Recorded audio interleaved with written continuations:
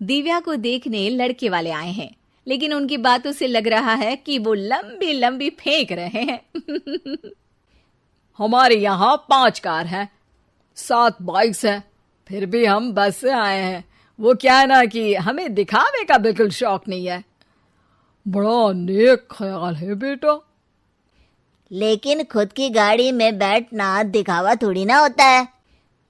अरे हम दिल्ली से आए हैं, वहाँ पोल्यूशन बहुत है ना, तो हम गाड़ी में नहीं निकलते हैं। हाँ, ये उससे भी बड़ा नेक ख्याल है बेटा। लेकिन अगर आपको पोल्यूशन की इतनी चिंता है तो घर में 5 कार और 7 बाइक क्यों रखी है? अरे इतने पैसे हैं, फुर्सत में क्या करेंगे, कुछ ना कुछ खरीद लेते हैं। अभी पिछले ही हफ्ते एक हेलीकॉप्टर खरीदने का सोच रहा था। तो क्यों नहीं खरीदा? अरे उसके पंखे हवा ज्यादा देते हैं, हमारी माँ को ठंड बहुत लगती है ना, अब बुजुर्गों का ध्यान रखना पड़ता है ना। अरे वाह वाह, ये तो बहुत बड़ा, ऊंचा और नेक ख्याल है। हम कैसे मान ले कि ये लोग झूठ नहीं बोल रहे हैं? अरे हमारा परिवार झूठ नहीं बोलता। दिल्ली शहर में किसी से भी पूछ लीजिएगा, हमारे बेटे का बड़े लोगों में उठना बैठना है। हाँ। अरे छोटो चुप रह, इतने बड़े लोग हैं, झूठ क्यों बोलेंगे?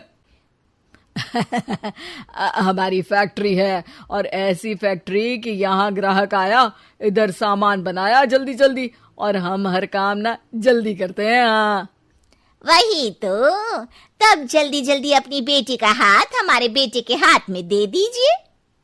दिव्या के पिताजी दिव्या के भाई छोटू की एक भी बात न मानते हुए दिव्या की शादी दिल्ली के इस फेंकू परिवार में करवा देते हैं।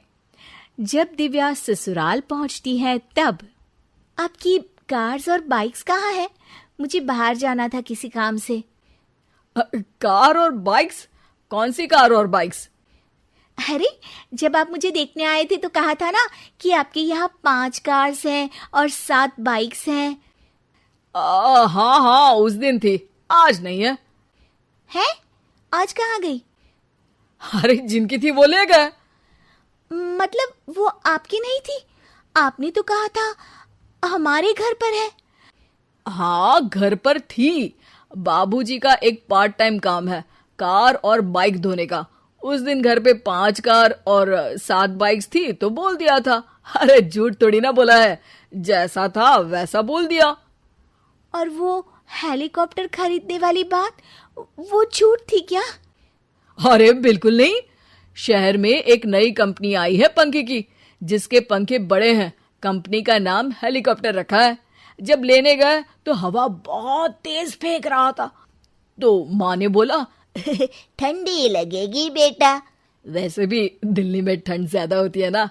झूठ कहाँ बोला मैंने, जैसा था वैसा बोल दिया। हे भगवान, और वो फैक्ट्री वाली बात, इधर ग्राहक आया उधर सामान तैयार। अरे वो भी तो बिल्कुल सही है, मेरा ना पानी पूरी का ठेला है, इधर ग्राहक आता है उधर पानी पूरी बना देता हूँ। अरे झूठ कहाँ बोला, जैसा था वैसा बोल दिया। हे राम, मेरे तो करम फूट गए। आपने तो कहा था कि आप लोगों का बड़े लोगों में उठना बैठना है। अरे है तो, पहले मैं बहुत बड़े लोगों के यहाँ नौकर था, जब भी कोई गलती करता तो वो मुझसे उठक बैठक लगवा देते। हो गया ना बड़े लोगों में उठना बैठना। दिव्या अपने साथ हुए धोखे पर रोने लगती है और ठान लेती है कि वो ससुराल वालों को लाइन पर लाकर ही रहेगी और उनकी ये झूठ बोलने वाली आदत छुड़वा कर रहेगी। आप लोग खाने में क्या लेंगे? करेला खा लूंगा। अरे मुझे तो टिंडे खाने हैं। कद्दू खाऊंगा। अच्छी बात है, खाने के टेबल पर मिलते हैं। शाम को जब सब खाने के टेबल पर मिलते हैं तो सब देखते हैं कि टेबल पर प्लेट्स में एक पूरा और कच्चा कद्दू रखा है, कच्चा करेला रखा है और कच्चे टिंडे भी रखे हैं। बहू, ये सब क्या है? ससुर जी के लिए करेले, आपके लिए टिंडे और श्रवण जी के लिए कद्दू। अरे वो तो दिख रहा है, लेकिन ये पकाया क्यों नहीं है? आप लोगों ने पकाने को तो नहीं कहा था, बस मैंने पूछा था क्या खाएंगे, तो आपने ये कहा था कि करेले, टिंडे और कद्दू खाने वाले हैं। ये क्या मजाक है दिव्या, तुम झूठ बोल रही हो। अरे मजाक कहाँ है, आपने कहा कद्दू खाएंगे तो खाइए,